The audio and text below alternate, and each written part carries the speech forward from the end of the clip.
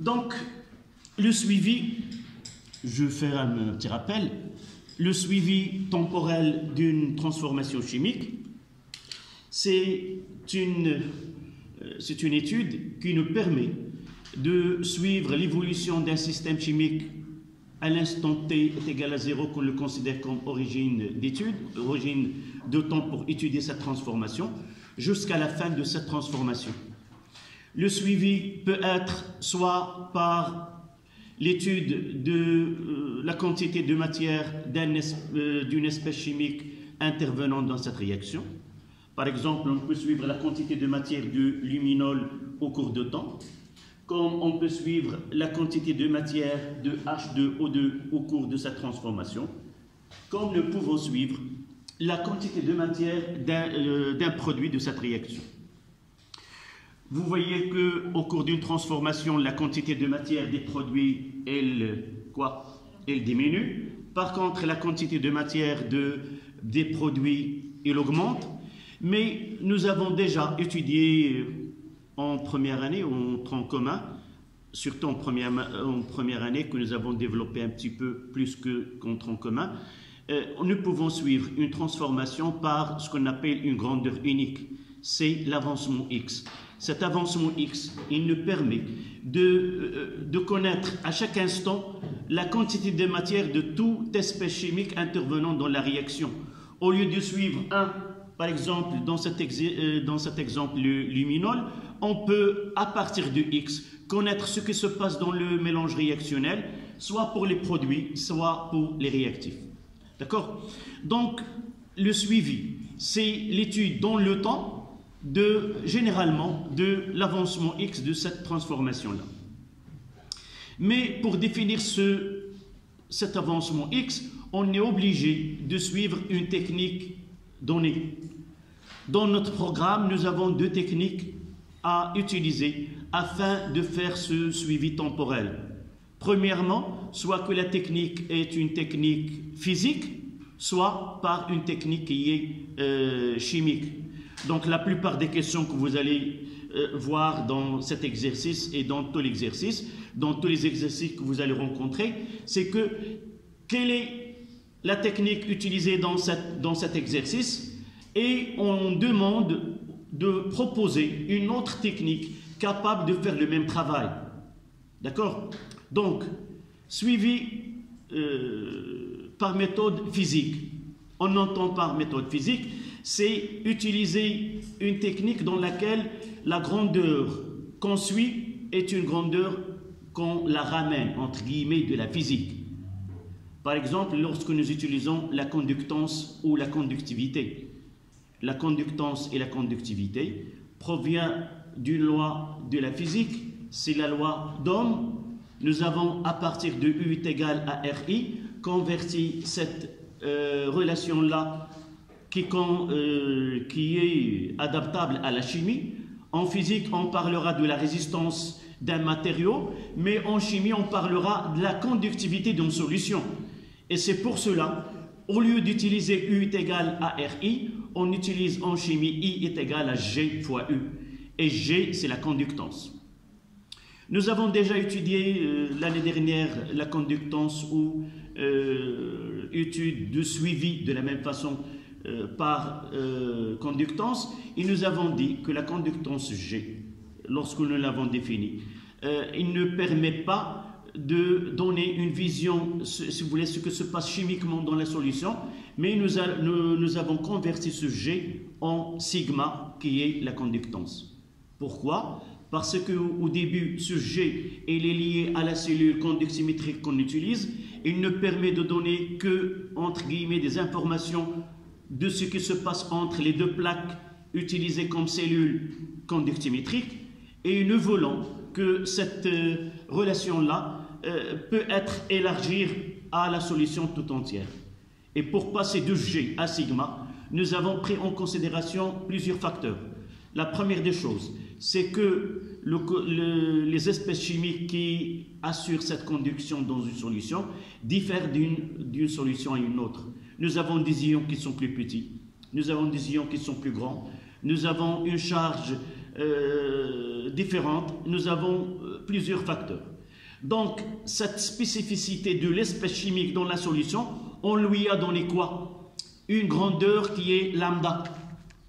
Ce lambda, c'est la conductivité molaire ionique, c'est-à-dire la participation de chaque ion dans cette solution, elle est individuelle. Et pour montrer cette individualité, nous avons fait entrer ce lambda. Oui. Non, ça dépend. Par exemple, l'année dernière, on peut donner un exercice où l'objectif d'arriver à ce lambda. Si nous connaissons, on va voir la relation et à partir de cette relation, on peut poser plusieurs questions. Mais dans notre programme cette année, le lambda ne nous intéresse pas comme objectif de recherche. Ce qui nous intéresse là, c'est d'arriver à définir la concentration au cours du temps. Et par la suite, on va utiliser, comme vous allez voir dans les exercices que je traiterai avec vos camarades de notre groupe, on donnera ce lambda pour un exercice donné. Donc, on a passé de la relation I est égal à G fois U. Et G, c'est une grandeur qui caractérise la conductance, c'est son unité, c'est le Siemens. Là, le ampère, et là, c'est le volt. Et nous avons dit qu'une solution ionique, là, elle a une conductivité sigma, et ce sigma, c'est la somme des lambda I fois xi. À noter que cette conductivité, elle prend en considération uniquement les ions. Si j'ai par exemple ici, la contribution des espèces chimiques intervenant dans cette réaction, dont la conductance ne peut être que HO- uniquement les ions. Donc, une fois qu'on demande la conductivité d'une solution, la première des choses, c'est de faire un inventaire des ions présents, mais non pas en réaction, présents dans la réaction. Parce que c'est un phénomène qui est physique, il n'a rien à voir, entre guillemets, avec la chimie. Mais qu'il soit un intervenant, ou un réactif, ou un produit, ou qu'il soit un ion spectateur, il entre toujours dans ce sigma-là. C'est ça ce que vous devez faire attention. C'est pas en se contentant uniquement de ce qui est sur écrit dans l'équation qu'on va l'écrire ici. Donc toujours il faut lire le début de l'exercice. Dans ce cas-là, on utilise par exemple de la soude ou de l'hydroxyde de sodium. L'hydroxyde de sodium, c'est Na plus HO-. Mais le Na n'apparaît pas dans l'équation. Donc je dois mettre lambda de Na fois la concentration de Na plus lambda de HO- fois la concentration de HO- plus lambda de cette espèce fois la concentration de cette espèce. Une petite remarque tout simplement, lorsque j'écris cette relation, je ne tiens pas en compte des coefficients qui sont devant les ions. C'est lambda de l'espèce ionique fois la concentration de cette espèce. D'accord? Une chose qu'on doit mettre en tête pour cette étude-là, c'est que pour que la loi la loi de Ohm, U est égal à RI, qui soit applicable aux solutions I est égal à G fois U, il faut que les solutions soient quoi? Diluées de l'ordre de 10 millimoles. Donc 10-2. Donc les solutions qui sont concentrées n'obéissent pas à cette loi. On peut la traiter, mais il faut faire une correction. Cette correction n'est pas dans notre programme. Donc généralement, les conditions qu'on peut avoir, c'est que ces espèces, les concentrations doivent être non concentrées. D'accord? Donc, on va voir par la suite comment écrire la conductivité de la solution. Évidemment, il y a une relation qui donne entre sigma et G. Il y a une constante de proportionnalité.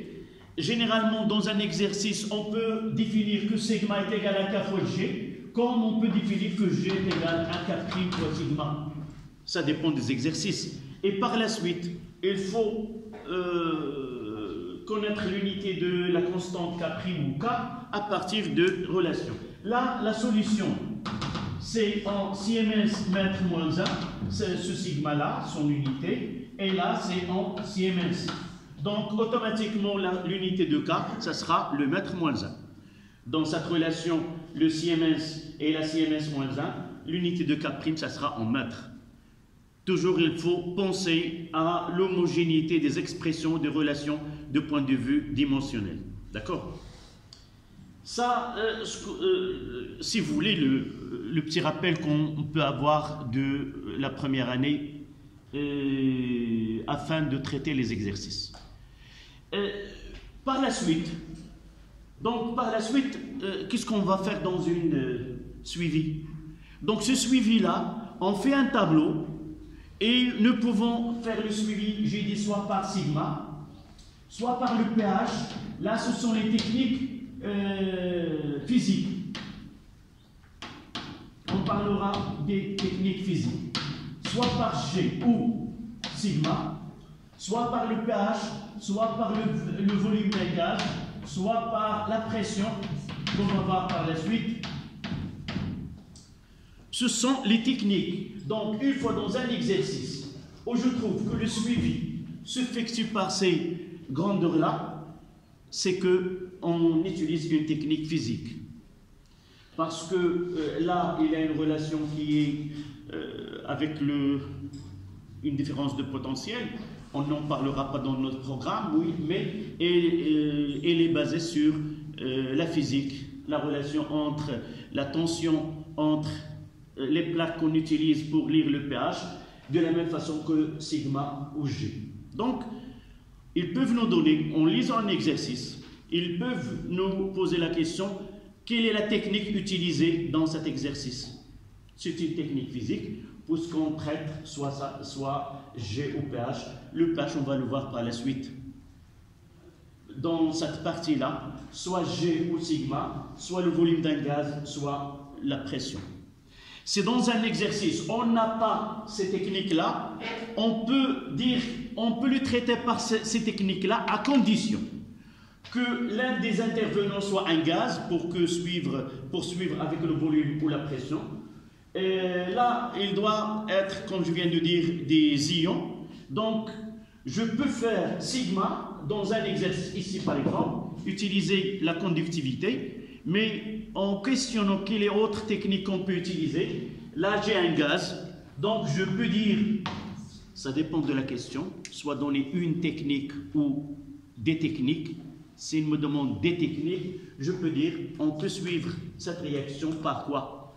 Par le volume de gaz formé ou par la pression à l'intérieur du ballon auquel on fait cette transformation. D'accord? Donc là, je dois connaître les grandeurs utilisées pour faire un suivi par méthode physique. La méthode chimique, elle est unique, une seule qu'on utilise. Elle se base sur une réaction, c'est un dosage. En lisant l'énoncé d'un exercice, on trouve par exemple, on fait un mélange réactionnel, on divise ce mélange réactionnel dans des béchers de 10 ml, puis on fait une technique de le dosage ou le titrage. En faisant l'homotitrage au dosage, ça nous donne directement qu'il s'agit d'une technique chimique. D'accord? On traitera dans un exercice par la suite et je vous donnerai, j'ai déjà traité une après-midi que personne n'est venu, c'était un jeudi, d'accord? Vous rappelez? Vous êtes, chaque groupe a dit que l'autre groupe il viendra à cette séance et personne n'est venu. J'étais là, oui? Oui, je ne sais pas la cause, mais j'étais là et qu'est-ce que j'ai fait? J'ai traité un exercice de chimie, je l'ai enregistré et je peux vous les envoyer de chimie dans votre groupe, d'accord? Donc, la technique chimique, ça repose sur le dosage, d'accord? Donc, quel est l'objectif de ce suivi? Le suivi, c'est d'arriver à déterminer la vitesse de la réaction ou tracer une courbe. Cette courbe, à partir de cette courbe, soit on va tracer sigma en fonction de temps. Voici les courbes qu'on peut rencontrer dans un exercice. D'abord, soit le x en fonction de temps, c'est-à-dire l'avancement de la réaction au cours de temps, soit sigma au cours de temps, soit le volume de gaz au cours de temps, soit la concentration d'une espèce chimique en fonction de temps, soit la pression en fonction de temps, d'accord, soit delta de P qui est en fonction de temps. D'accord? Ce sont les courbes que nous pouvons rencontrer dans un exercice. L'objectif de cette courbe, on pose des questions. La première des choses, c'est comment évolue la vitesse de la réaction au cours de la transformation. C'est-à-dire, si je prends, par exemple, là, x en fonction de temps, la première des choses, cette courbe, je peux avoir plusieurs types de courbes. Soit que la courbe, comme ça, et je ne sais pas, il n'apparaîtra pas l'état final sur cette courbe, soit que j'ai une courbe de cette façon-là, et je vois que au cours de temps, la grandeur utilisée x, elle atteint une valeur x finale. D'accord? Dans ce cas-là, généralement, dans les exercices là où on n'aura pas cette finale, généralement, ces exercices-là où la transformation étudiée suppose que la transformation, il est totale. D'accord? La transformation, il est totale. Et si la transformation est totale, x final est égal à quoi? À x max. Pourquoi? Parce que soit dans ce cas-là, soit dans l'autre cas, après, parmi les questions qui se posent sur ce graphe-là, c'est déterminer le temps de demi-réaction.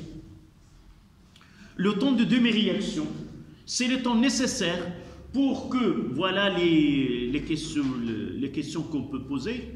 Le temps de demi-réaction, c'est le temps nécessaire pour que l'avancement x, nous avons la définition avec l'avancement x et rien d'autre que l'avancement x. On ne peut pas utiliser par exemple si j'ai le volume, je dirais c'est lorsque le volume atteindra sa valeur la moitié, mais ça dépend. Mais généralement, nous devons utiliser la définition et l'unique définition, c'est le temps nécessaire pour que l'avancement x atteigne sa valeur, la moitié de x final. Entre guillemets, si la réaction est totale, on peut la remplacer par x max sur 2. Donc dans ce cas-là, je n'ai pas x final, mais x max est déterminé à partir de quoi? Théoriquement, nous avons déjà dit, il faut bien mettre en considération que x final ne peut être déterminé que par une mesure, soit par des mesures données, soit par une courbe. Donc, je ne peux déterminer x final que par ces deux méthodes. Sauf si, dans l'exercice, on donne l'information que c'est une réaction qui est lente mais totale. Pourquoi? Parce que dans ce cas-là, pour déterminer T1,5, le temps de demi-réaction, donc je calcule x max sans passer par là, et lorsque je divise x max par 2, je me trouve dans cette partie. Donc, par exemple, s'il est là, je fais la moitié, elle est là, et voilà, T1,5. Par contre, dans l'autre cas, si aucune information n'est donnée à propos de le type de réaction qu'on traite, j'ai la x finale ou la grandeur finale, puis on fait, voilà, T1,5 sans passer par x max. D'accord? Donc, il faut différencier les deux. Par exemple, dans notre exercice, là, vous voyez qu'il y a un palier. Donc, il y a une asymptote. Cette asymptote-là, c'est elle qui va nous donner x final ou la grandeur qu'on va utiliser. D'accord? Qui est ici la pression. D'accord? Donc, Le temps de demi-réaction, il faut le connaître dès maintenant. Généralement, la loi, cette relation-là entre la grandeur et le temps, ce n'est pas une relation qui est proportionnelle. Il n'y a pas une proportionnalité entre les deux grandeurs. Ça veut dire quoi? Ça veut dire qu'on ne peut pas dire que le temps pour que la réaction aboutisse à sa fin, c'est le double de T1,5. D'accord? Il faut éviter d'en déduire. Mais généralement, ce que nous intéresse ici, c'est le temps de demi-réaction. Elle est nécessaire pour différencier les types de réactions. Plus le temps, donc je peux comparer deux réactions lentes. Dire que la réaction la plus rapide par rapport à l'autre, c'est celle qui a le T1,5 plus petit. En réalité, c'est uniquement une petite information pour connaître l'intérêt de cette grandeur. La première des choses qu'on a pensé à ce T1,5, ou en anglais half time, la réalité c'est en médecine, dans les médicaments. Généralement, si vous suivez quelqu'un qui prend des médicaments, soit qu'on lui donne un comprimé pour toute la journée, soit 3 par jour. Parfois, dans l'urgence, on peut lui donner une piqûre juste quelques secondes, quelques minutes, il ne sent pas la douleur. C'est que la réaction là, si nous connaissons le temps d'efficacité de ce médicament, il demande que quelques secondes par exemple. Dans le cas, la réaction peut donner un effet plus court. Par exemple, celui qui utilise un comprimé par jour, l'effet de ce médicament doit, si nous comparons le T1,5, celui qui utilise un comprimé par jour, le T1,5, il est très grand. Pour ne pas avoir une chute par exemple, pour celui qui a un problème de glycémie, un comprimé qui doit bien النهار كامل حتى لغدا. يعني داك l'effet il est étalé sur une grande durée. Par contre, je me sens très mal et j'ai de la douleur, tu ne peux pas me donner un médicament qui demandera 2 heures. Donc, le temps d'efficacité, ça sera très, très court. L'idée vient de cette partie-là et on l'a généralisée pour les réactions chimiques. Vous allez étudier par la suite que ces réactions peuvent être en biochimie et peuvent donner, on peut les voir d'une autre manière. D'accord? Donc, généralement, ce sont les grands axes de cette leçon. Il nous reste une chose. C'est que nous avons déjà dans la leçon précédente dit que les réactions subissent de variations de vitesse par l'intermédiaire de ce qu'on appelle les grandeurs qui affectent la vitesse d'une réaction. Ce sont les facteurs cinétiques. Nous devons connaître qu'il y a dans notre cours 3 facteurs cinétiques. Il y a la température, la concentration initiale des ions et le catalyseur. Il faut différencier de ces deux, soit à partir d'une courbe, soit à l'avance. Par exemple, s'il me demande est-ce qu'on peut, quel facteur cinétique utilise-t-on afin de faire varier la vitesse de réaction sans affecter la composition finale des produits.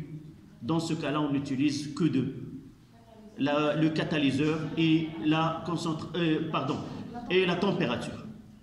D'accord? Ce facteur-là, on le trouvera dans la technique chimique. Nous avons dit que selon la technique chimique, on fait un dosage. Parfois, ils nous disent, avant de faire le dosage, je mets le mélange réactionnel dans de l'eau glacée. Pourquoi?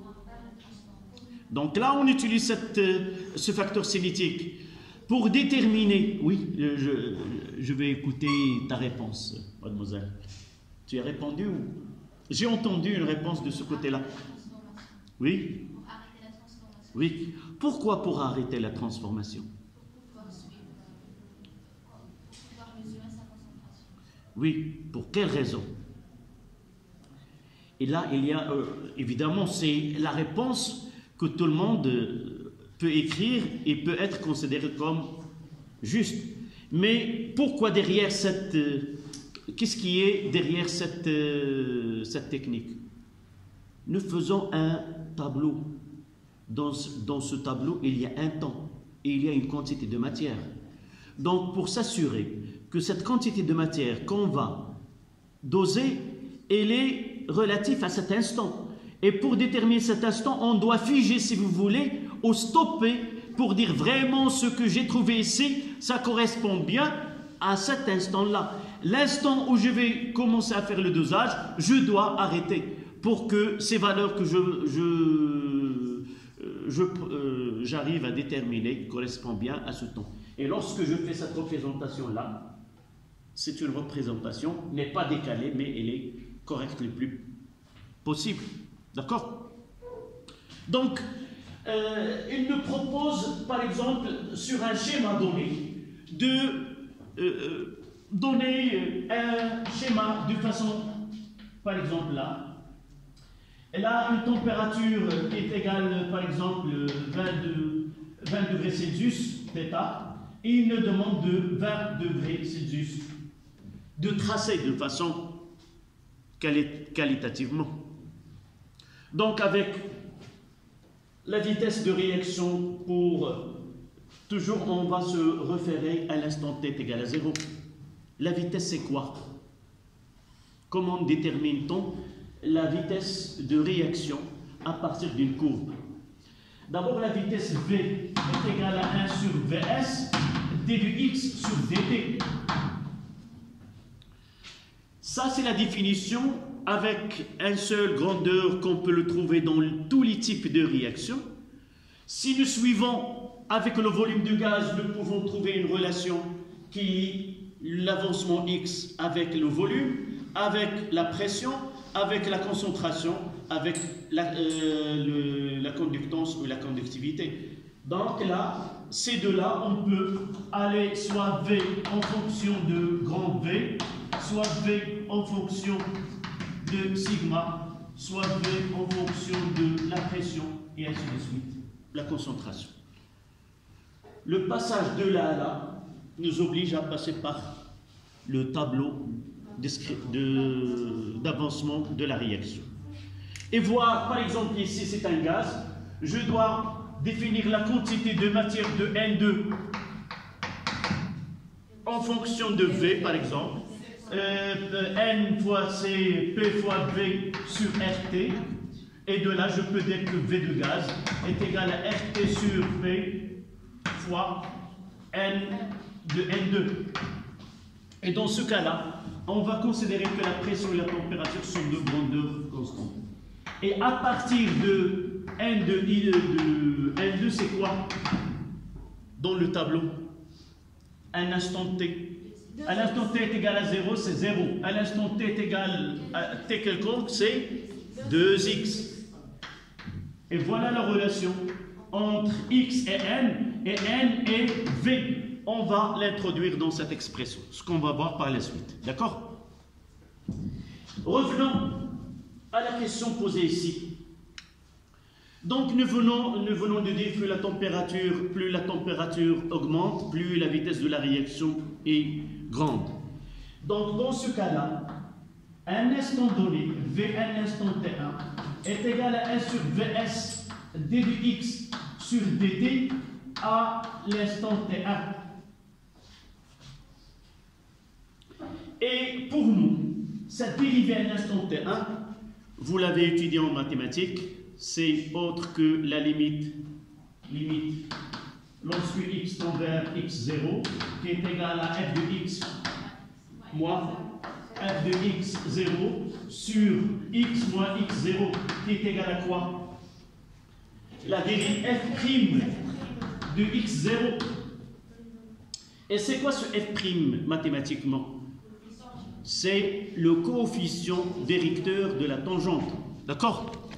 Donc pour nous, la dérivée à l'instant donné, c'est un coefficient directeur de la tangente à la courbe à cet instant. Par exemple, si AT est égal à 0, donc je dois théoriquement tracer la droite ici, mais dans un exercice ou dans un contrôle continu au baccalauréat, on ne vous donne pas le choix de tracer, mais c'est déjà tracé sur la courbe, comme vous voyez dans cet exemple. D'accord? Donc là, c'est déjà tracé. Donc, il me reste à définir le coefficient avec 2 points. Et il faut choisir 2 points auxquels je peux lire d'une façon le plus précisément possible. C'est-à-dire, il passe par un point bien défini. D'accord? Pour cela, on détermine ce coefficient. J'ai déjà VS et le coefficient, je peux calculer la vitesse en ce point. Mais si on demande un instant T1, par exemple ici, une petite remarque. Si on vous demande de calculer la vitesse à un instant donné où vous avez déjà une tangente, vous pouvez calculer à partir de là. Mais si on vous demande, par exemple, de comparer la vitesse au cours de temps, vous pouvez tracer vous-même vos tangentes et d'estimer ce coefficient directeur afin de comparer la vitesse au cours de temps. Donc la première des choses, c'est que dans n'importe quelle étude, la vitesse de réaction est toujours proportionnelle au coefficient directeur de la tangente en un point donné. Il faut la mettre en tête une fois pour tous. Une fois pour toutes, d'accord? Donc si on demande évaluer la vitesse au cours de temps, je tracerai une autre courbe là, et je tracerai une autre courbe là. Là c'était 1 et là c'était 2. Le coefficient directeur c'est quoi? C'est une pente, c'est la tangente.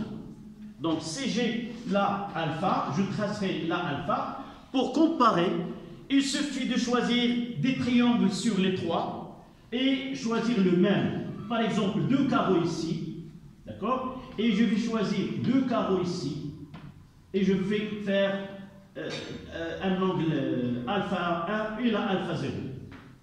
Donc la pente, j'ai les mêmes valeurs ici. Donc ce qui varie, c'est le côté opposé. Donc dans ce cas-là, le côté opposé est le plus grand. Donc la tangente ici est supérieure à la tangente en ce point. Là, elle est nulle. Le côté opposé est égal à 0. Donc je peux dire que la vitesse de réaction au cours de temps diminue. Ça, c'est une lecture à partir de la courbe. D'accord? Donc, cette phrase, elle est acceptable. Puisque la vitesse de la réaction, voilà la réponse que je dois écrire, puisque la vitesse de la réaction est proportionnelle au coefficient directeur de la tangente à la courbe, et puisque cette pente diminue au cours de temps, on peut dire que la vitesse diminue au cours de temps. Là, c'est une lecture, mais peut la question être suivie par justifier? Là, c'est mathématiquement, mais chimiquement, c'est dû à quoi? Nous avons déjà les facteurs cinétiques.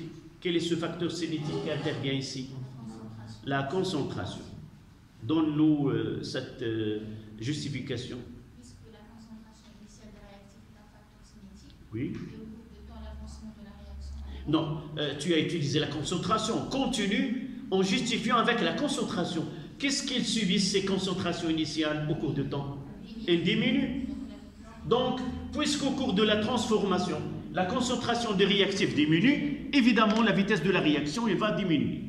Donc, faire attention que dire qu'au cours de temps, le coefficient, donc la vitesse diminue, ce n'est pas une justification, c'est une lecture.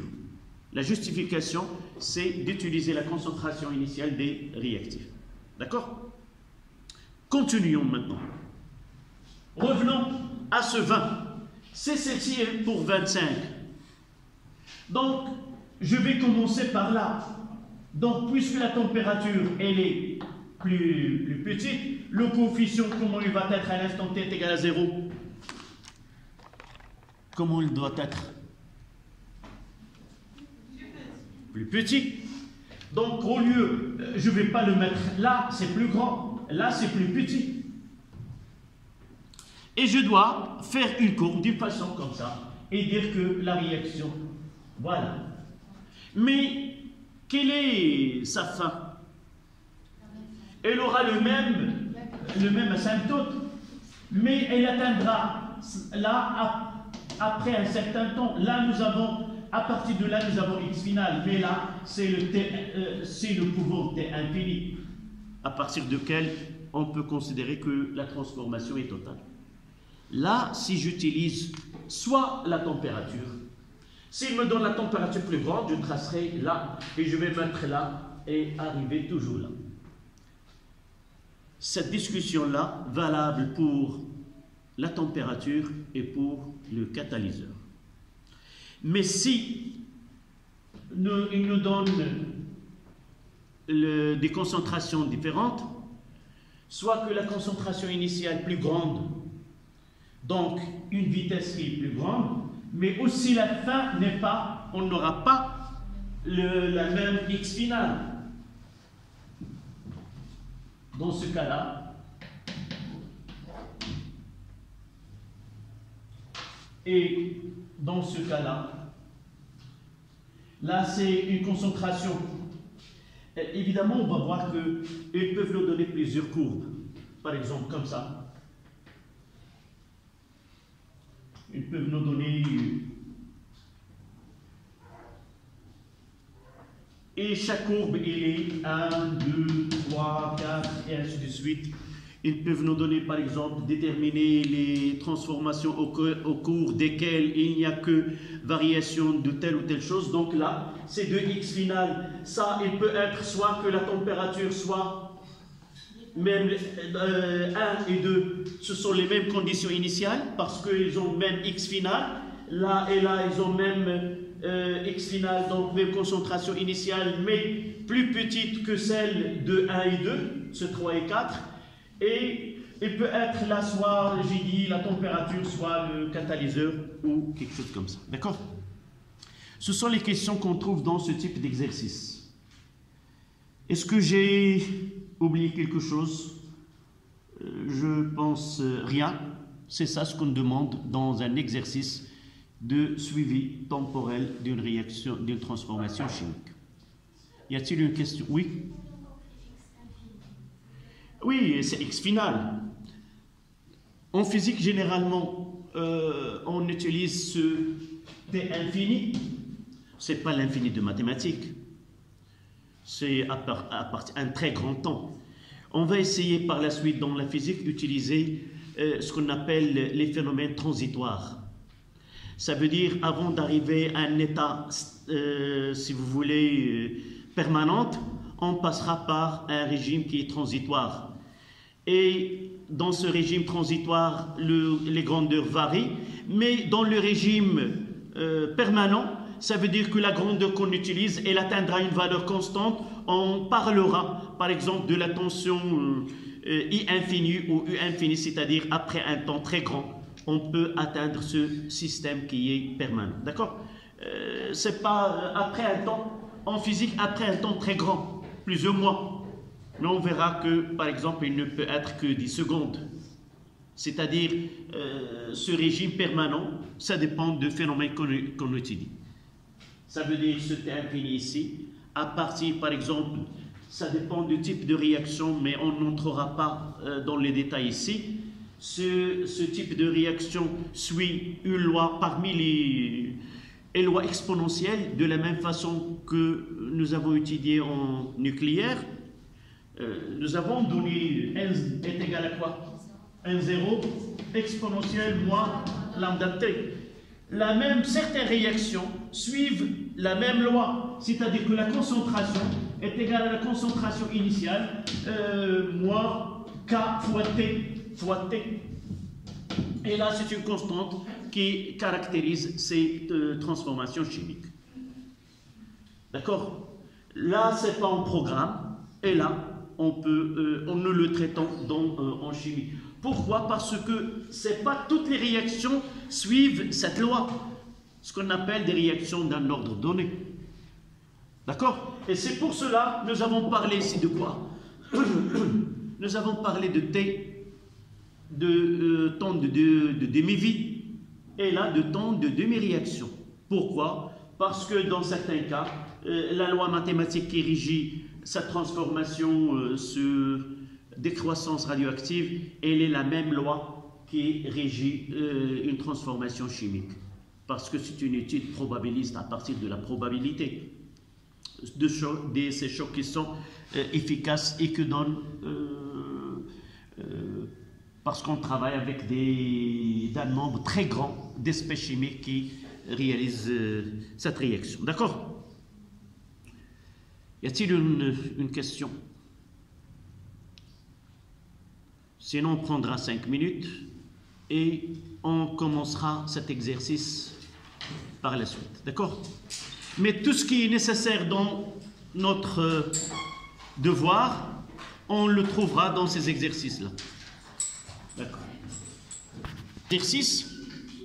Le luminol, c'est C8H7N3O2, réagit avec l'eau oxygénée H2O2, selon une réaction d'oxydoréduction représentée par l'équation chimique là. Pour réaliser cette réaction à une température T est égale à 300 degrés 300 Kelvin, on prépare un mélange réactionnel de volume de solution totale qui est 0,35 litres en mélangeant une masse Na qui est 1 g de luminol, 250 g d'hydroxyde de sodium et d'eau distillée. Là, c'est HO-, il provient de la soude. Donc un volume 0,5 ml d'eau oxygénée de concentration 9,8 mol litre moins 1 et 5 g d'un composé qui contient des ions ferriques. D'accord? Évidemment, je n'ai pas lu l'introduction. L'introduction qui va vous aider, toujours il faut lire l'introduction des exercices. Ce sont des informations générales qui encadrent l'exercice. Ne dites pas qu'ils n'ont aucun intérêt, mais parfois, dans cette introduction, il y a des réponses à des questions. Par exemple, dans l'introduction de cet exercice, ils nous disent que la réaction entre le luminol et le H2O2, c'est une réaction qui est très très lente. Ils demandent des heures. Mais en présence des ions ferreux, ils nous demandent, comme vous voyez de la courbe, que quelques secondes.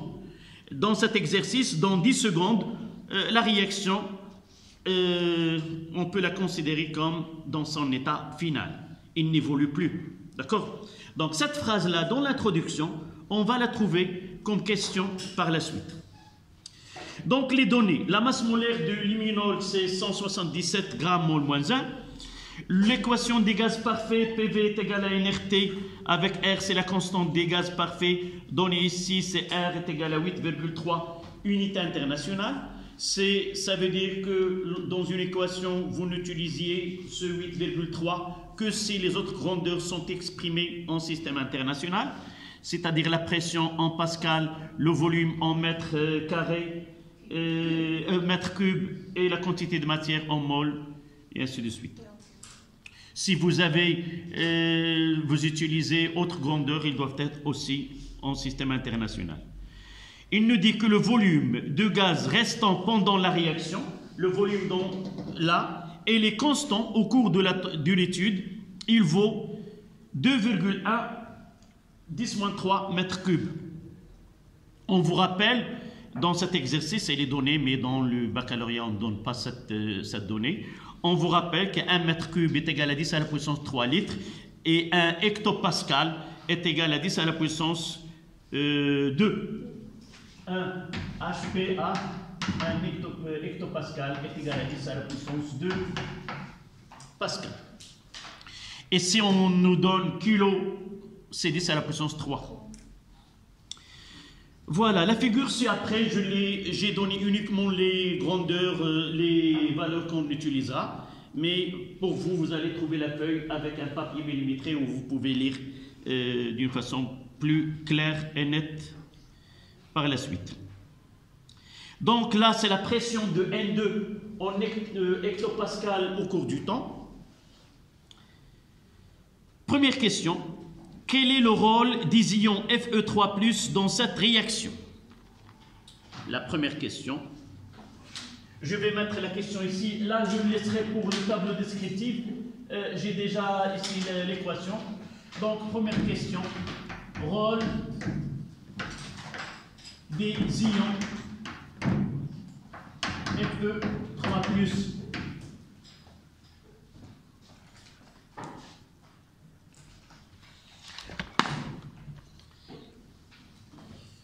Je présume que vous avez devant vous la feuille et vous avez toujours au baccalauréat, chaque exercice, on commence dans un cadre donné, on donne des informations. Soit pour savoir pourquoi ces informations, en réalité c'est pour donner un lien entre ce que nous étudions avec la vie courante. Généralement, on ne fait pas des études pour uniquement comme ça, mais ça reflète ce qui est dans la vie courante. Sauf entre ce qui est dans la vie et ce qui est étudié, on passe de la réalité à un modèle. C'est-à-dire, on donne d'une façon, cette conversion est modélisée en simplifiant le maximum des choses pour qu'on n'aura pas des grandeurs qui sont mises en jeu, plusieurs grandeurs mises en jeu au cours de cette étude.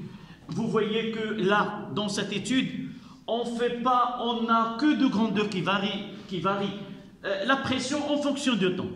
On suppose que le volume ne varie pas d'autres grandeurs afin que la loi entre les deux grandeurs soit simple et nous pouvons l'exploiter. La réalité, c'est autre chose. D'accord? Donc, dans cette introduction, à partir de là, je peux répondre à cette question. J'ai déjà lu cette phrase. Comment je dois dire?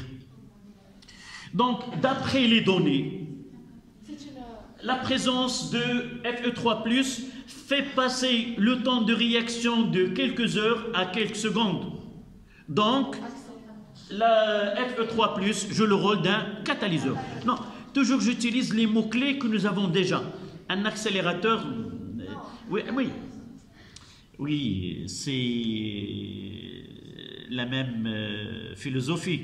Mais là, nous devons respecter les termes scientifiques que nous utilisons. D'accord? Donc, nous mettons d'après l'introduction,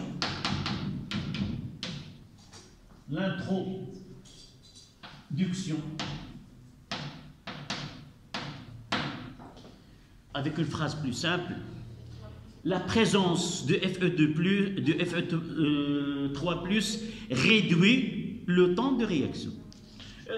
Une phrase très simple. La présence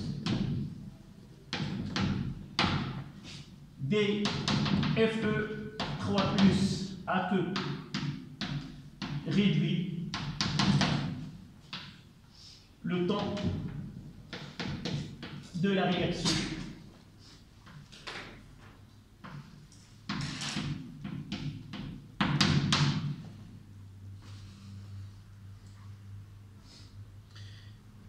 Ça veut dire, comme j'ai fait la remarque à votre camarade, de ne pas utiliser l'homme, et moi aussi, en réalité, c'est pas donc. Je dois finir par une phrase qui est en relation avec le cours. Augmenter la vitesse.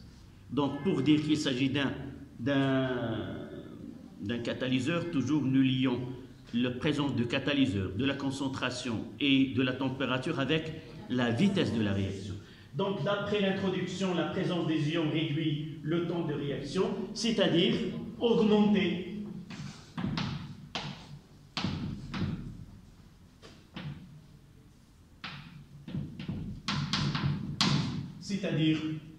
augmente la vitesse de la réaction.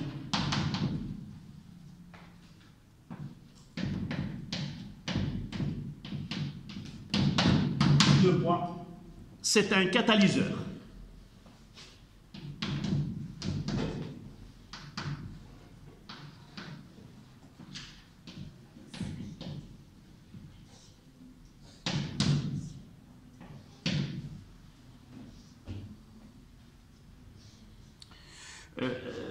la façon avec laquelle on présente la réponse diffère d'un élève à un autre, d'une élève à un autre, sauf le correcteur ou le prof qui corrige doit trouver des mots-clés. D'abord, augmenter ou diminuer la vitesse de la réaction, ce terme-là, et aussi comment j'ai su qu'il y a augmentation de la vitesse. Réduire le temps, parce que c'est donné dans réduire le temps, augmenter la vitesse, donc ce sont des ions. Je peux commencer que le rôle de Fe3+ est un catalyseur, puisqu'elle permet de réduire le temps, c'est-à-dire augmenter la vitesse de la réaction. Vous avez, c'est vous que vous pouvez donner une phrase peut-être meilleure que celle qui est devant vous. D'accord? Ça, c'était la première question. Dans cet exercice, c'est sur un demi-point. Donner la définition de l'oxydant et écrire le couple redox à laquelle appartient l'eau oxygénée H2O2.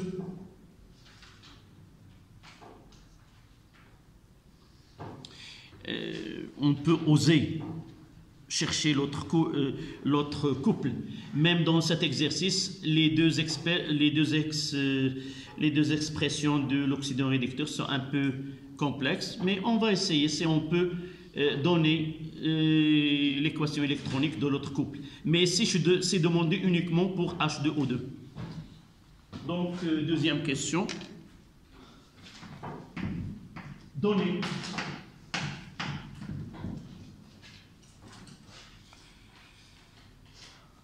la définition de l'oxydant et écrire le couple, donner le couple.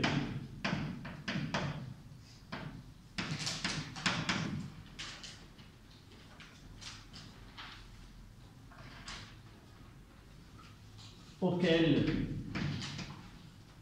appartient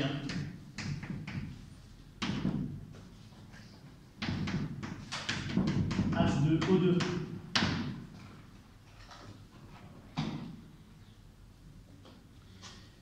Donc, nous mettons H2O2.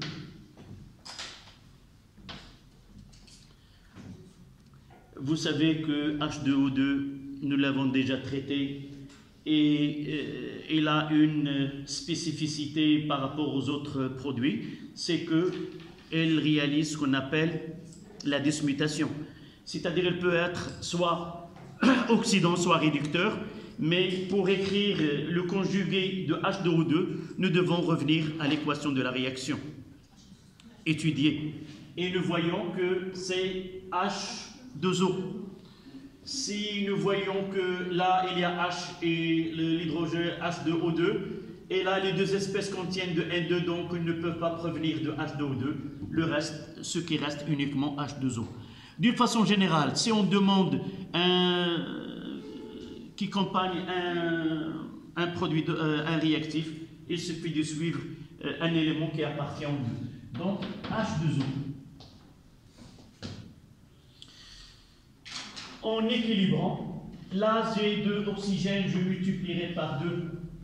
Et finalement, pour l'hydrogène, j'ai 4, donc plus 2H+. Pour les produits, il n'y a ni excès ni manque d'électrons. De l'autre côté, il y a un manque de 2, donc je dois ajouter 2 électrons. Et comment je peux connaître l'oxydant? Donc il faut vous rappeler que OX plus N électrons donne réducteur. Ça veut dire l'espèce chimique du côté où il y a présence des électrons, c'est lui l'oxydant. Et par la suite, je mettrai à côté c'est H2O2 sur H2O. Voici le couple redox mis en jeu dans cette transformation.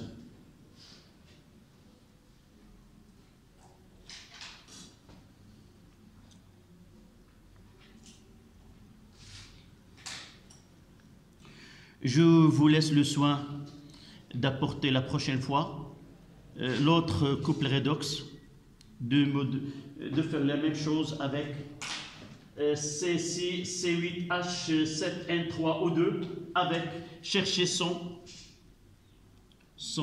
conjugué et apportez-moi cette équation équilibrée.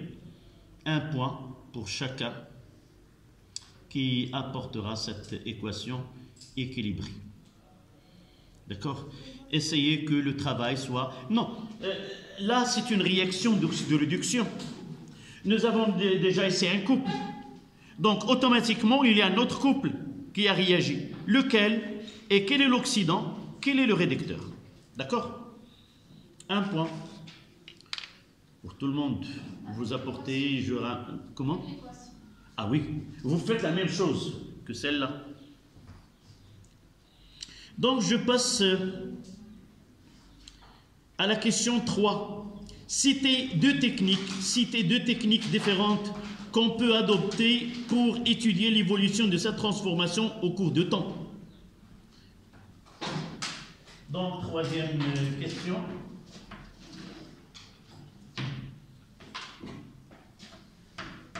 Deux techniques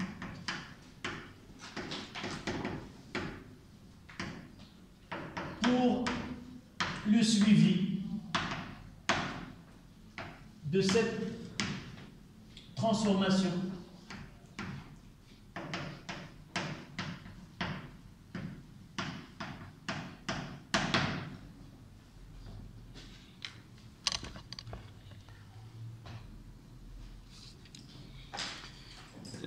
La méthode de travail, la première des choses, c'est revenir et connaître la technique utilisée pour ne pas la redire une deuxième fois. Donc, généralement, je cherche à utiliser les deux techniques, mais ce n'est pas obligatoire. Si je trouve deux techniques de la même chimique ou physique surtout, je peux les écrire, répondre d'une façon la plus simple. Donc, comment nous avons déjà parlé de cette question au cours de la révision de tout à l'heure.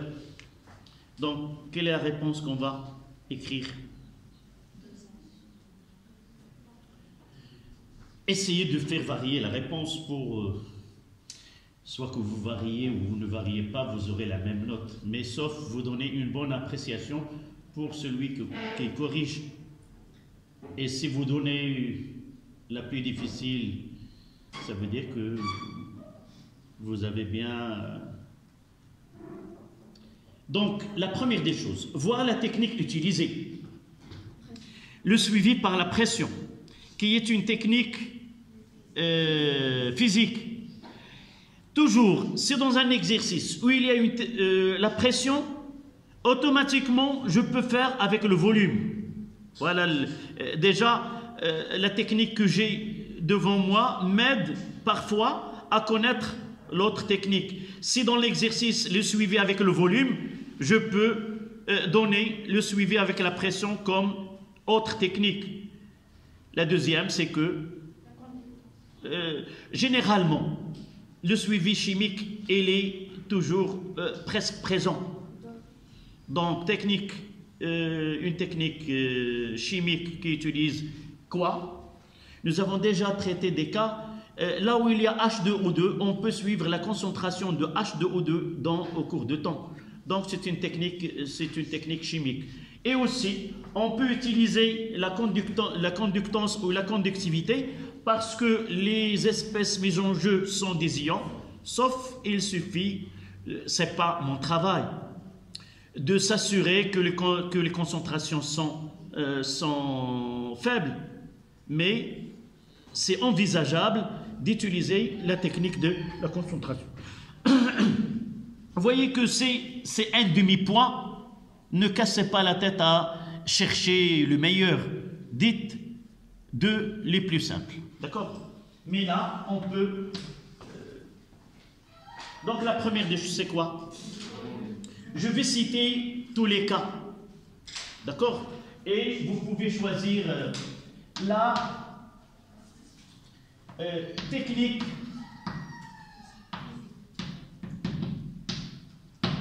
physique. Je donnerai la conductance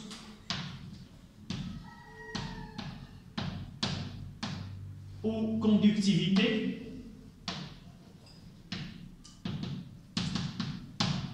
Pourquoi? Présence des ions. Ions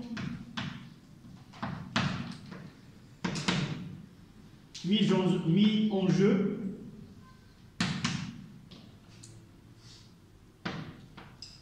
La suivi par volume, technique, le volume de gaz.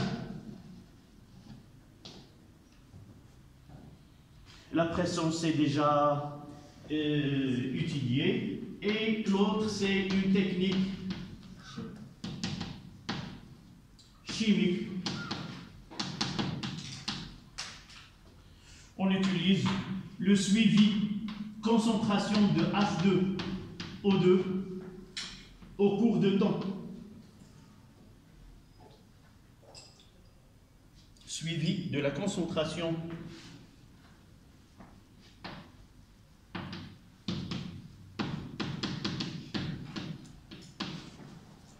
évidemment par dosage de H2O2 au cours de temps. Il ne demande pas le protocole expérimental, sauf l'idée, ça veut dire qu'on peut suivre. Si vraiment, dans certains cas, il me donne le protocole, généralement H2O2, on l'étudie, on peut le suivre. Nous avons déjà traité un cas, mais rare une telle question parce qu'il ne demande que d'identifier la technique. La quatrième question, on note N1 la quantité de matière initiale de luminol et N2 la quantité de matière initiale de l'eau oxygénée. Vérifiez que N1 est égal et N2 est égal. J'aime bien ce type d'exercice parce que l'élève peut se tromper dans les calculs et par la suite, s'il se trompe, il peut gâcher toutes les réponses qui suivent. Donc, généralement, c'est souhaitable de demander la vérification des valeurs qui sont sur lesquelles on va se baser pour le suivi de l'exercice.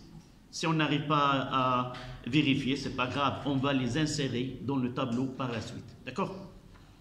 Donc, c'est la quatrième question. Vérifier N1 et N2. Évidemment, je passerai de l'autre côté pour vérifier ces deux valeurs-là. Donc, N1, c'est la quantité de matière, comme ils ont indiqué, de luminol.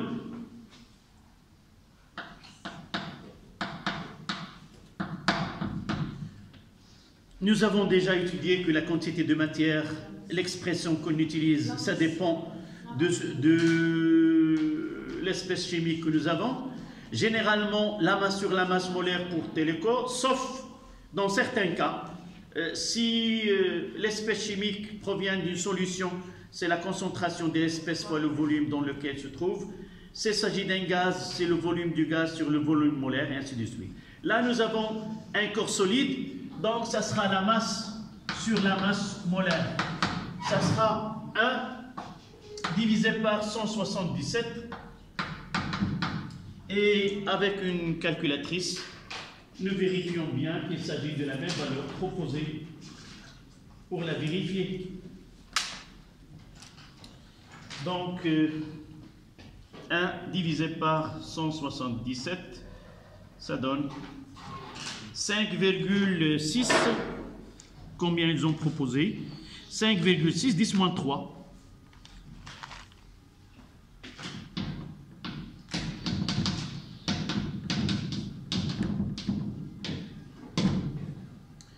Voilà. De la même façon pour N2, la quantité de matière de l'eau oxygénée, N2 de H2O2, nous avons une concentration, c'est C0 fois V0. Je ne sais pas comment ils ont appelé, c'est non, c'est C fois V. Donc, je dois respecter les CC fois V, c'est 9,8 fois 0,5 fois 10 moins 3.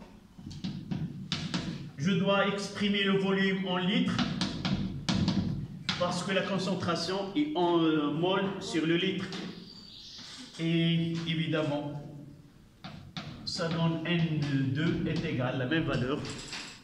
C'est 4,9 10 moins 3.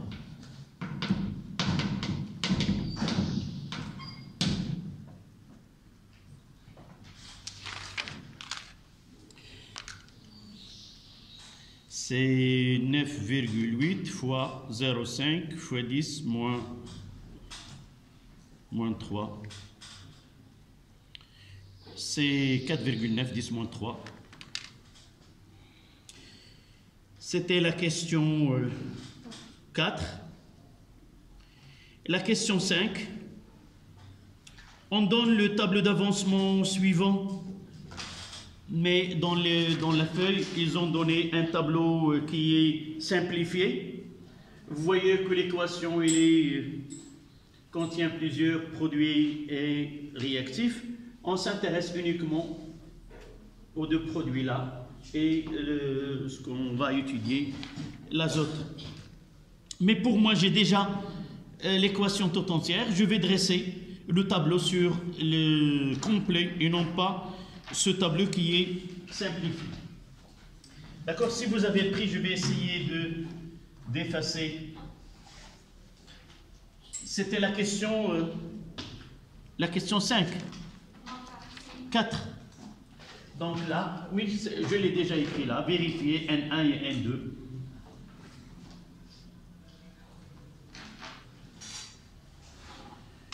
Donc je mettrai ici 5e question. Ça y est, je peux effacer.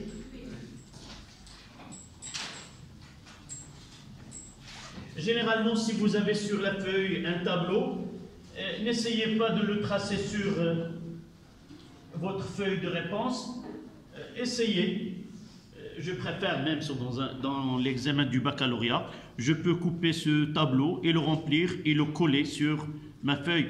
Ça gagne de temps. D'accord? Et si vous avez un schéma sur lequel je dois faire, je peux toujours l'utiliser. Évidemment, c'est écrit ni nom, ni rien du tout. Si vous écrivez votre nom, c'est illégal. Donc, je tracerai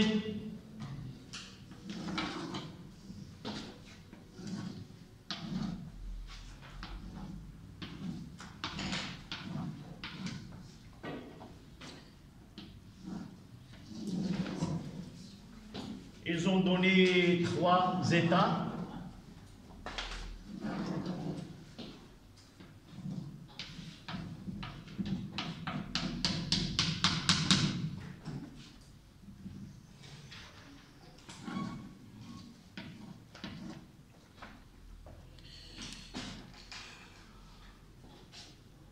Évidemment, là, c'est l'avancement X.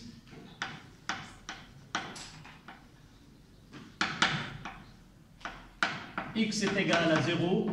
X est là, c'est X final. Dans le tableau, ils n'ont pas utilisé l'état maximal. Donc là, c'est à l'instant t est égal à 0. Là, c'est N1, je vais mettre N1, c'est 5,6 fois 10 moins 3.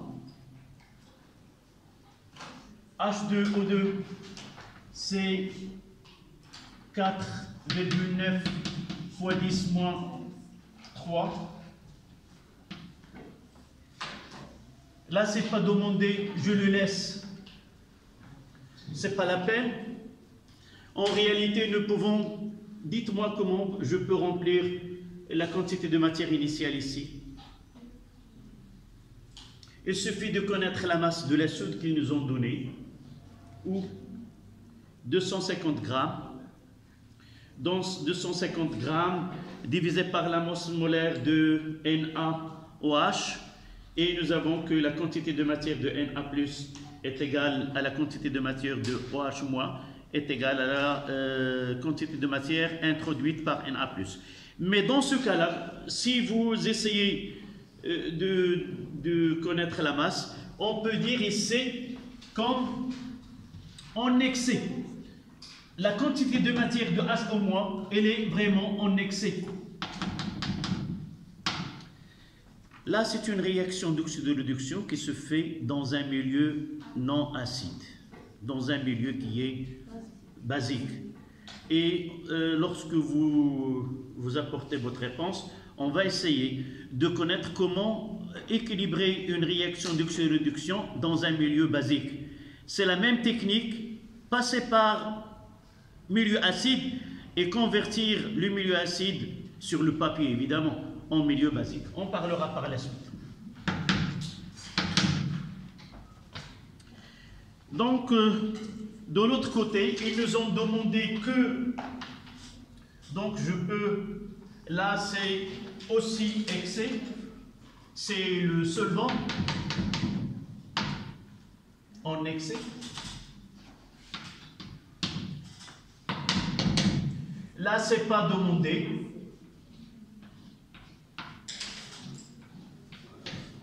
Évidemment, à l'instant t est égal à 0 est égal à 0. Mais pour nous, ici c'est combien? C'est 0. Donc là, c'est 5,6 10 moins 3. Dites-moi comment je dois remplir. Moins 2x. Ici, c'est 4,9 10 moins 3 moins 7x. Et là, 2x. Et ici, 5,6 10 moins 3 moins 2x final. Et là, c'est 4,9 10 moins 3 moins 7x final.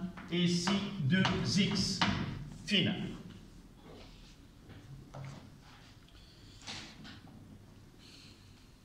Ça, c'est la question 5.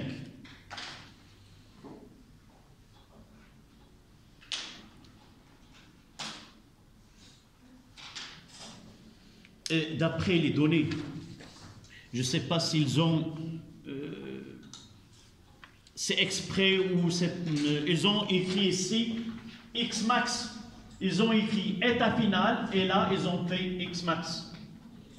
Mais pour nous, puisque nous avons déjà la courbe est complète, nous avons l'état final, donc on ne va pas s'intéresser, sauf c'est une question, nous demande de lier les deux.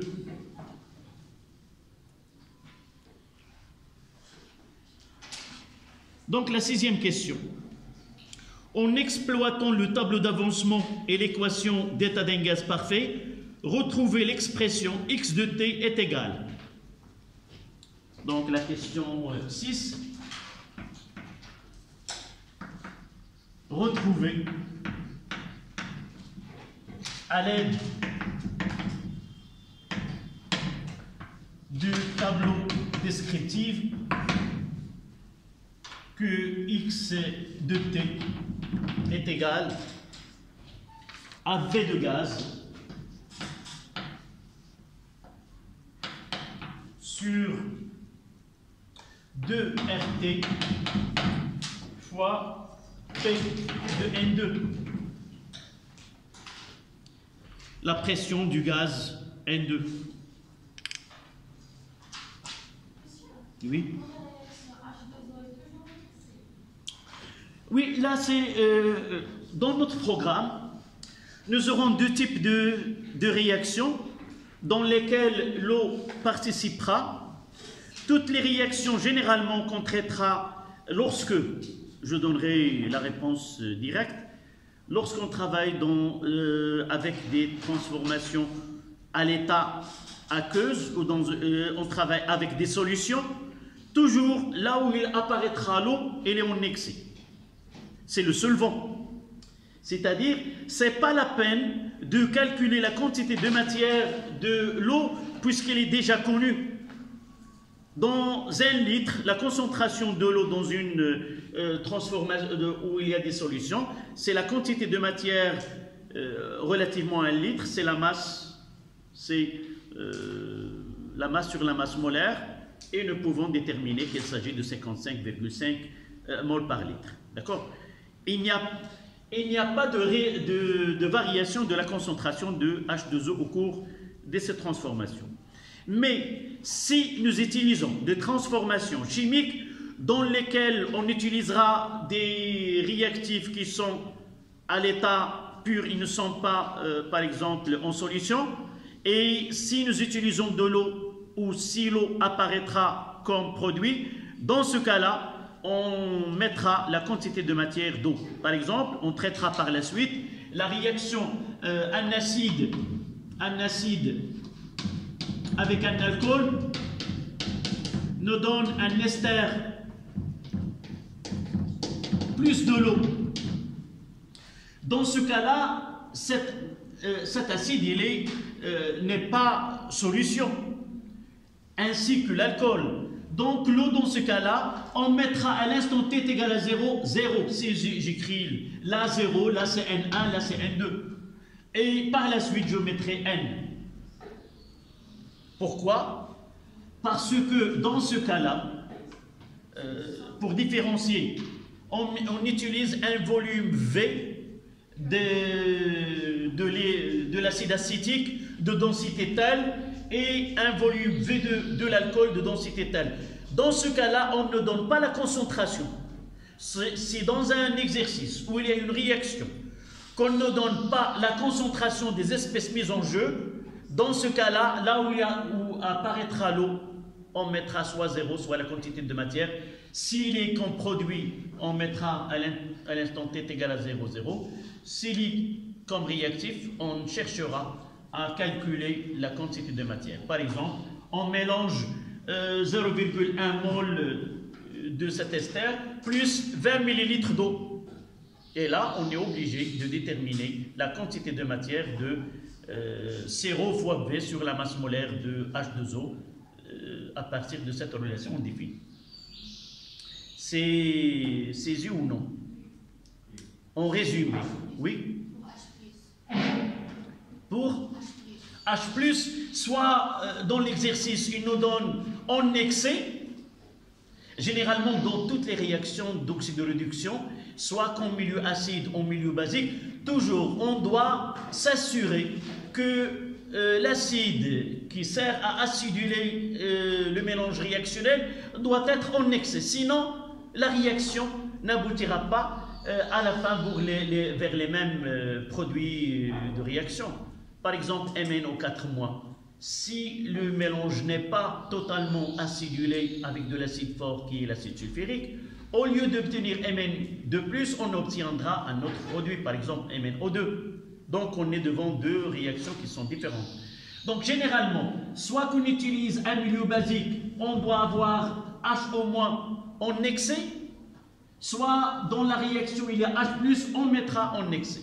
Même si on utilise 10 ml de l'acide sulfurique de concentration telle, c'est pas la peine, comme ici, on a donné mais c'est pas la peine de calculer. Nous savons à l'avance que HO- ou H+ doivent être en excès dans sa solution. D'accord? Vous n'aurez pas de souci pour l'instant. D'accord? Toutes les réactions, mettez dans vos têtes, si je lis dans un exercice, on utilise une solution. Avec la solution, on obtient ça. Si l'eau apparaîtra dans l'équation, vous mettez en excès, soit comme produit, soit comme réactif. Les types de réactions où l'eau n'est pas en excès, on va les traiter par la suite vers la fin du programme, lorsqu'on parlera de l'estérification et l'hydrolyse. D'accord? Qu'il est un élément, il n'a pas cette, si vous voulez, l'exclusivité d'être le solvant, le majorant de mélange réactionnel. C'est au sein de l'huile que se produisent ces réactions. D'accord? Oui. Comment? Celle-là. D'abord, dans l'énoncé, c'est coloré en noir. Ça veut dire, même si on n'aura pas de problème, D'abord, je mettrai, il ne nous donnera aucune information sur notre étude. Tu peux mettre 0, la 2x et la 2x, f. Mais qu'est-ce que nous voulons étudier? Nous voulons étudier l'évolution de la pression de N2 en fonction de temps. Et cette case-là, il ne nous donnera aucune information. Entre parenthèses, c'est une perte de temps. D'accord? On va lier celui-là, les réactifs, avec un produit. Voilà. Si nous intéressons à ce produit-là, on doit le mettre, on doit le remplir cette colonne-là. Donc, revenons à notre question. La première des choses, ils nous ont demandé d'appuyer sur le tableau. Et nous voyons ici que l'avancement X, et nous voyons ici N2. Donc on va se positionner dans cette colonne. À l'instant T, ici, ce que vous devez mettre, vous devez connaître lorsque vous travaillez sur un tableau descriptif, c'est que l'inconvénient de ce tableau-là, c'est qu'il ne parle que de la quantité de matière des espèces présentes dans cette réaction à différents instants. À l'instant t est égal à 0, à l'instant t quelconque et l'instant final au maximal. Il ne donne ni les concentrations, ni le volume, ni rien du tout. Et n'oubliez pas, il s'agit d'un instant donné. D'accord? Par exemple, dans notre cas, si je me situe à un instant t quelconque, je mettrai que n, c'est ça ce que je dois écrire. À chaque instant, n de n2 est égal à quoi? À 2x. Et à partir de là, puisque nous avons un gaz, donc il subit la loi des gaz parfaits. P total fois V total est égal à nRT. La pression totale. Et puisque nous avons dans l'enceinte dans laquelle nous étudions que le gaz N2, donc cette pression totale n'est autre que la pression de N2. N'oubliez pas, si j'ai dans le ballon de l'air et un autre gaz, dans ce cas-là, la pression totale, ça sera la pression initiale de l'air qui est P0, plus la pression qui va se produire au cours de la réaction par la présence de gaz donné. Donc là, c'est la relation générale, mais je peux mettre que P de N2 fois le volume total est égal à N de N2, puisqu'il s'agit de gaz, fois RT. Et là, je peux arriver à l'expression que N de N2 est égal à P de N2 fois V, qu'est-ce que j'ai écrit ici, fois V total, fois V. Je ne vais pas mettre V total parce que la notation de V, c'est V, donc fois V sur RT. Et N, c'est 2x. Et je mettrai que X de T est égal à la pression de N de gaz N2 fois le volume total sur 2 RT. Voilà l'expression demandée.